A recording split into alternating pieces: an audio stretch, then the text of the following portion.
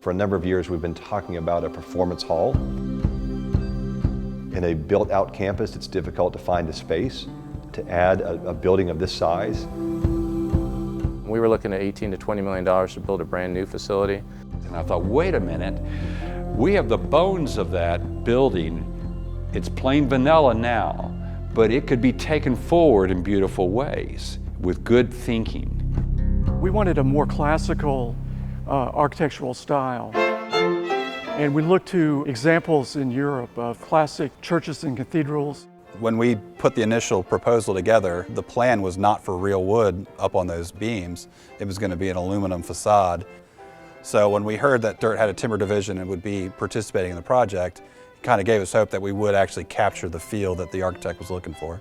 We realized they had the capabilities to build a timber system that would be self-supporting, and it fit right into the scheme.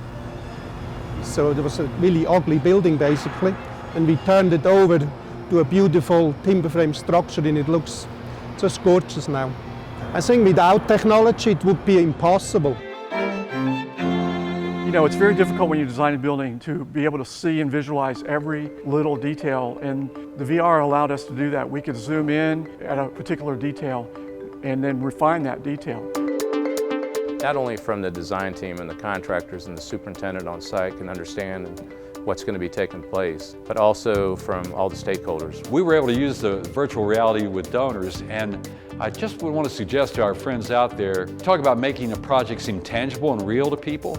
Invite them in for a special look in advance, and it will open their hearts and maybe some other things as well. I do think that this is on the cutting edge of integrating the two traditional construction methods in shop-built construction, or prefab, if you want to call it that. This is totally custom, so I don't know that prefab really applies. And to actually come out here in the field and watch Christoph build this and put it together like a true craftsman is just amazing. I've never been part of a project, or very few projects, where the end product looks so close to the renderings. And in this case, I'm yet to find anything that's not identical to what was on that rendering. So we had to cut the whole structure on 5 different CNC machines. Some are curved, some are straight, some are oversized timbers we couldn't do in Calgary. So we used R2 Calgary machines and 3 different ones in Switzerland. Everything was driven from one model and then cut on a CNC ship to Atlanta, and everything fit just perfect from 5 different locations.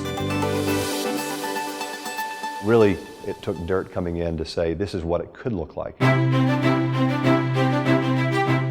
To add wood and to add the wood beams that perhaps we hadn't imagined before. Honestly, as an architect going into it, I was skeptical. Then to put it in place, it just could not be a better fit. But once I started working with DIRTT and I understood they were a partner with me in design, created a lot of flexibility, a lot of efficiency. And in the end, I think we were able to achieve better than what we could have done with conventional construction. By renovating an existing facility, I think our costs were around $4 million to do that. So quite a bit of savings, and then also just a beautiful facility. If you walked in, you would think that this was built for this from day one.